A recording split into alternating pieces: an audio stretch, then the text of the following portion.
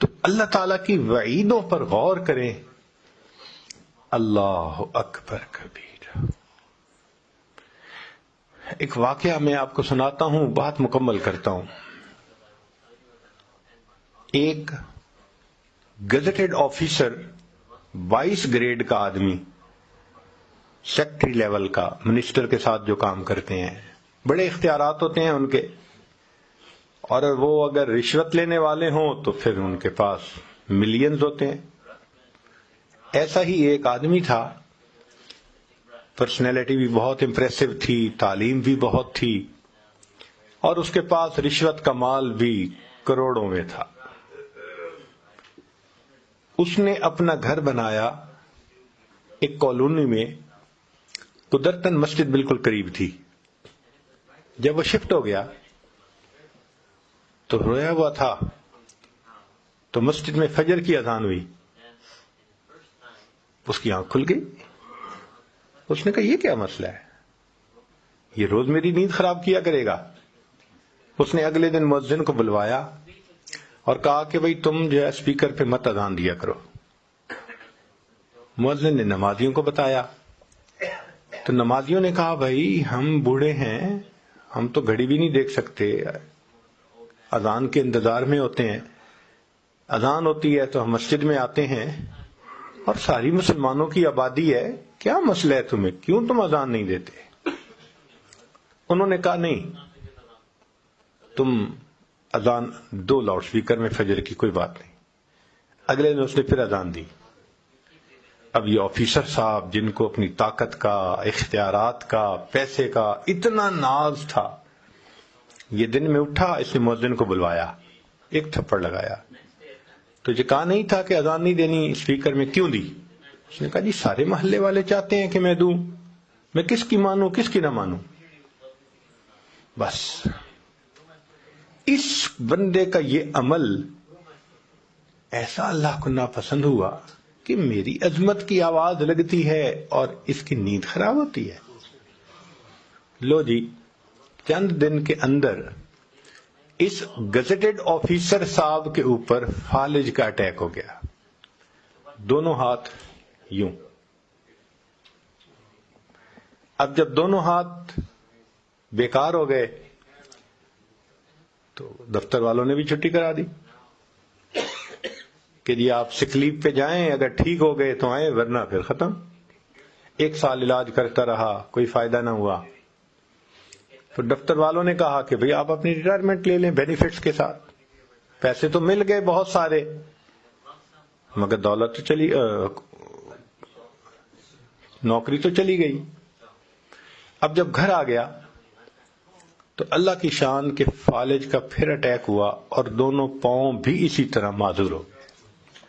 پاؤں سے بھی معذور، ہاتھوں سے بھی معذور. سارا دن گھر میں ہے. طبیعت تو بڑی افسرانہ تھی، اب کبھی بیوی کو ڈانٹتا ہے، کبھی بچے کو، یہ نہیں کر رہے وہ نہیں کر رہے، تو گھر والے بھی خدمت کر کر کے پریشان. ایک دن بیوی کو جو ڈانٹا، اس نے کہا دیکھیں میں تمہاری خدمت کر کر کے صحت خراب کر چکی ہوں، مگر تمہاری زبان سے کبھی شکریہ کا لفظ تو نہیں نکلا. ذرا سی بات پہ تم بیجا گالیاں نکالتے ہو. اب اگر تم نے مجھے گالیاں نکالی نا تو میں امی ابو کے گھر چلی جاؤں گی. اس نے اور گالیاں نکالی، وہ بچوں کو لے کے گھر چلی گئی اکیلا. اس نے اپنے بھائی کو پیغام بھیجا کہ بھئی بیوی تو مجھے چھوڑ کے چلی گئی، تو تم جو ہے میرے کیئر ٹیکنگ کرو. تو بھائی نے اسے اپنے گھر بلوا لیا. بھائی کی بیوی بچے وہ سب اس کی خدمت کرتے، مگر طبیعت تو بگڑی ہوئی تھی نا، شاہانہ طبیعت تھی، افسرانہ طبیعت تھی. غصہ کرنا، ڈانٹنا، گالی نکالنا وہ تو معمول تھا. وہاں بھی اس نے یہی حساب کیا. تو ایک دن بھائی کی بیوی کو جو گالی نکالی تو اس نے اپنے خامن سے کہا کہ یا اسے گھر میں رکھ لو یا پھر مجھے رکھ لو. تو بھائی نے کہا کہ بھئی دیکھو میں نے آپ کو منع کیا تھا کہ یہ آپ کی خدمت کر رہے ہیں میرے بیوی بچے، تو تم بجائے اس کے کہ ان کا احسان مانو اور ان کے ساتھ اچھا سلوک رکھو، تم ایسے ڈانٹتے ہو جیسے معلوم نہیں انہوں نے کیا جرم کر لیا۔ اس نے بھائی کو بھی ڈانٹنا شروع کر دیا، تم زن مرید بن گئے ہو، تم فلاں ہو گئے ہو۔ جب بچوں نے دیکھا کہ ہمارے ابو کو ڈانٹ رہے ہیں تو وہ تو نہیں سن سکتے تھے، لو جی انہوں نے اس کی چارپائی سے اس کو اٹھایا اور باہر لا کر سڑک کے کنارے ڈال دیا کہ تو جان اور تیرا کام جانے۔ اب ہاتھ بھی کام نہیں کرتے، پاؤں بھی کام نہیں کرتے، اس کے پاؤں دونوں سینے کے ساتھ لگے ہوئے ہیں، ہاتھ بھی سینے کے ساتھ لگے ہوئے ہیں، زندہ لاش ہے ایک طرح سے، سڑک کے کنارے پڑا ہے۔ رات تو گزر گئی، صبح ہوئی تو بھوک بھی بہت لگی ہوئی ہے۔ اب سوچ رہا ہے کہ میں کیا کروں، کوئی ہے بھی نہیں۔ جب بہت بھوک لگی، اللہ کی شان کہ جو 7 لوگ گزر رہے تھے نا پیدل، ان سے اس نے بھیک مانگنی شروع کر دی۔ اللہ کے نام پہ مجھے کچھ دے دو، اللہ کے نام پہ مجھے کچھ کھلا دو۔ جس اللہ کا نام سن کے یہ کہتا تھا میری نیند خراب ہوئی، آج اسی اللہ کے نام کی بھیک مانگ رہا ہے، سڑک پہ پڑا ہوا۔ ایک نوجوان گزرا، اس نے اس کو 10 روپے دیے، کہتے میں 10 روپے کو کیا کروں، نہ میرے ہاتھ کام کرتے ہیں نہ پاؤں کام کرتے ہیں، آپ مجھے پلیز کہیں سے کھانا لا کے کھلائیں۔ اس نے کہا میرے پاس تو اتنی فرصت نہیں، میں تو اسکول پہنچنا ہے۔ اور آدمی گزرا، تیسرا گزرا، ایک نے کہا اچھا میں تمہارے لیے کھانا لاتا ہوں، روٹی لا کے دیتا ہوں۔ وہ گیا اور قریب والے ہوٹل سے روٹی اس نے خریدی اور روٹی خرید کر اس کو دی۔ اس نے کہا مجھے کھلائیں، اس نے کہا بھئی میرے پاس اتنا ٹائم نہیں ہے، میں نے لا کے دے دی ہے، اب تو خود کھائیں۔ کہنے لگا میں تو کھا نہیں سکتا۔ اس نے کہا جی میں یہاں رکھ دیتا ہوں۔ کہنے لگا رکھو نہیں، مجھے دے دو۔ اب ہاتھ بند تھے، ہاتھ میں روٹی لے نہیں سکتا تھا۔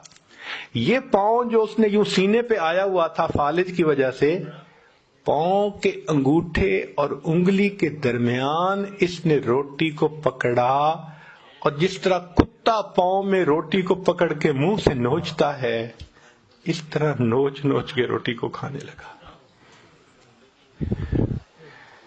اللہ اکبر کبیرہ۔ جس کو اپنے حسن پہ ناز تھا، دولت پہ ناز تھا، اختیارات پہ ناز تھا، اتنا نافرمان بن گیا کہ اللہ کا نام سنتا ہے تو کہتے ہیں میری نیند خراب ہوتی ہے۔ آج سڑک پہ پڑا ہوا ہے، پوچھنے والا کوئی ہے نہیں، نہ گھر ہے نہ در ہے، اللہ کے نام کی بھیک مانگتا ہے، اور اگر کوئی روٹی دیتا ہے تو پاؤں سے پکڑ کے منہ سے روٹی کو نوچ نوچ کے کھا رہا ہے۔ اللہ تعالیٰ جب بندے سے ناراض ہوتے ہیں پھر تگنی کا ناچ نچا دیتے ہیں۔ تو اللہ تعالیٰ کی وعیدوں پر غور کرنے سے پھر انسان کے دل میں خوف آ جاتا ہے۔